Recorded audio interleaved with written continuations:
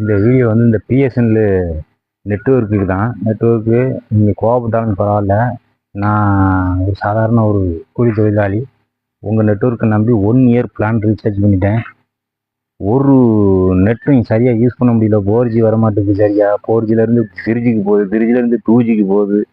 யாராவது கால் பண்ணால் கால் சரியாக வரமாட்டேங்குது.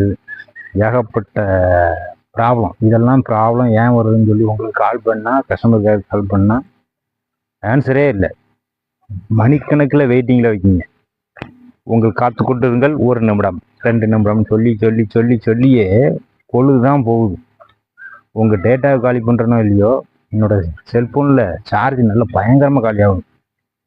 நீங்கள் இது கூடிய சீக்கிரத்தில் சரி பண்ணுங்கள், இல்லைன்னா நீங்கள் நிறைய கஸ்டமர்களை இழக்க நேரிடும்.